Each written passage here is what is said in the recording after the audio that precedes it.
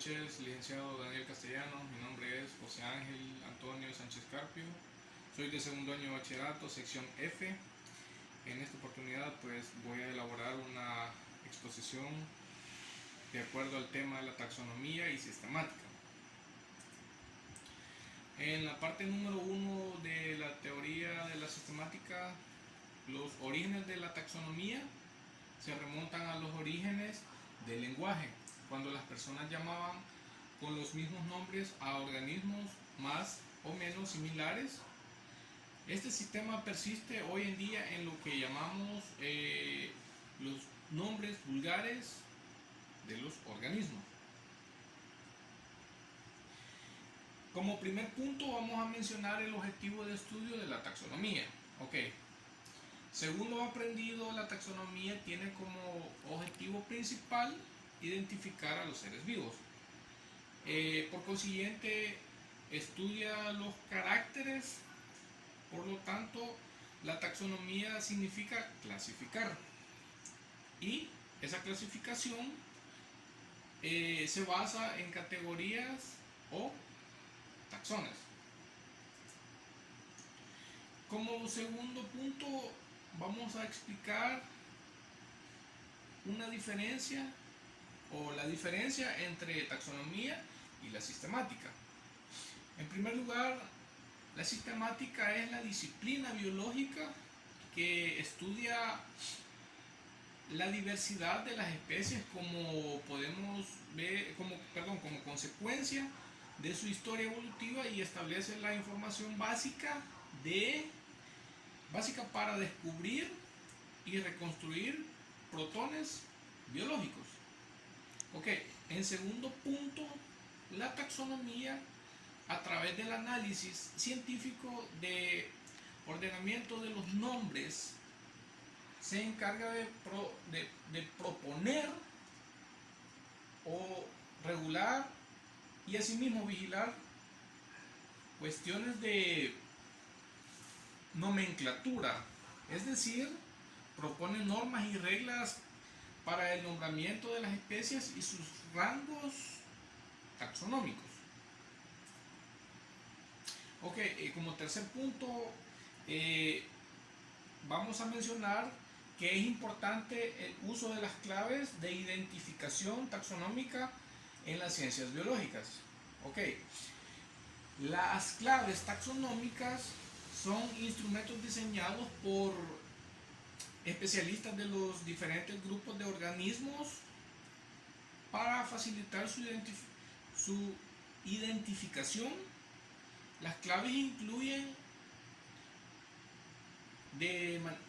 se incluyen de manera ordenada las características del taxón mostradas en forma de pares contrastantes, es decir que para cada carácter se presentan siempre solamente dos variantes contractantes. Número 4, en esta ocasión pues vamos a analizar y explicar, vamos a dar una breve explicación. Según lo que yo he analizado y aprendido de este tema, a pesar de su apreciado físico, las diferencias genéticas entre lobos y coyotes son muy grandes. Por ejemplo, indicando que se separaron como especies distintas hace más de un millón de años, a diferencia de lo que ocurre entre lobo y perro. La gran diferenciación entre lobos y perros es fruto de la convivencia con el ser humano y la consiguiente selección realizada por ello. Otro aspecto de gran interés en cuanto al origen del perro es de cuándo existe este vínculo de unión entre el hombre primitivo y el perro. vale mencionar que el hombre primitivo y el perro o lobo domesticado, tradicionalmente se hablaba de una convivencia entre hombre y perro de unos 10.000 o 15.000 años, pero teorías más recientes nos confirman que la relación es mucho más antigua en el Paleolítico Medio, al menos hace unos 40.000 años, basada en estudios evolutivos del ADN. Ok, en la parte número 2, categorías taxonómicas, podemos encontrar o mencionar el criterio evolutivo para las el criterio evolutivo para las por ejemplo, archeas, células y la procariota. Entonces vamos a tratar de dar una breve explicación. Las células procariotas son evolutivamente anteriores a las células eucariotas, organismos pertenecientes al dominio bacteria. Fueron los primeros habitantes del planeta. La primera forma de vida que habitó el planeta surgió hace 3.500 millones de años.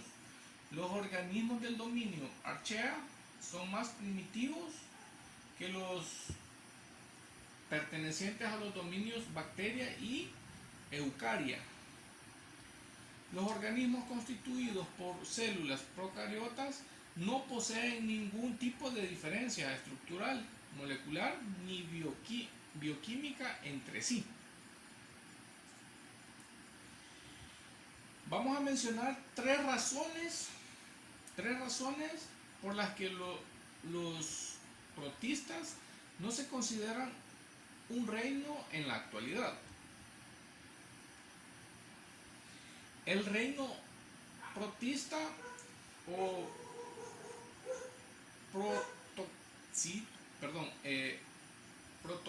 protoctista es la clasificación de los organismos eucariotas que están compuestas por microorganismos unicelulares, en su mayoría así como pluricelulares, y que aunque no comparten gran cantidad de similitudes, se agrupan en un mismo reino por no encajar en otros. Tienen gran diversidad funcional y estructural. La principal característica que tienen en común es que la mayoría son unicelulares y que no son animales, ni plantas ni hongos. La existencia de un reino protista fue propuesta en 1969 en la teoría de los 5 reinos de la vida, pero actualmente se considera un término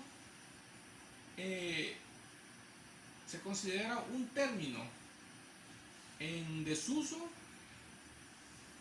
y se tiende a clasificar a sus miembros integrantes dentro de las demás ramas de la vida eucariótica.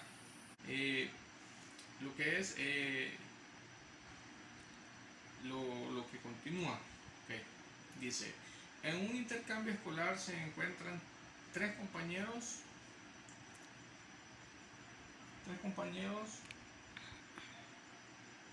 latinoamericanos que cierto día deciden cocinar y compartir cada uno de su platillo típico favorito. El argentino preparó porotos, el venezolano un plato de caraotas y el puertorriqueño un plato de habichuelas. Cuando se sentaron a comer, se dieron cuenta que todos habían cocinado paseolos vulgaris, frijoles, como comúnmente los conocemos nosotros, ¿verdad? Ok, en este caso lo que logramos evidenciar es de que según las culturas de cada país, por ejemplo, en nuestro caso, los frijoles son frijoles, ya sabemos todos que son frijoles, pero en otro país, según sus culturas, se conocen por diferente nombre. Entonces, los tres compañeros se dieron cuenta que estaban comiendo lo mismo por el hecho de que los nombres varían según su país. Porque si todos lo buscamos como lo que es el nombre común científico, que son Phaseolus vulgaris, o sea, va a decir, bueno, ¿qué es eso? O alguien que le diga, mira, quiero una sopa de habichuelas, no va a entender, pero si le pedimos frijoles, sí va a entender. Ok, con esto pues queremos dar por finalizado lo que es esta exposición, agradeciendo de antemano y pues desearles muchas bendiciones.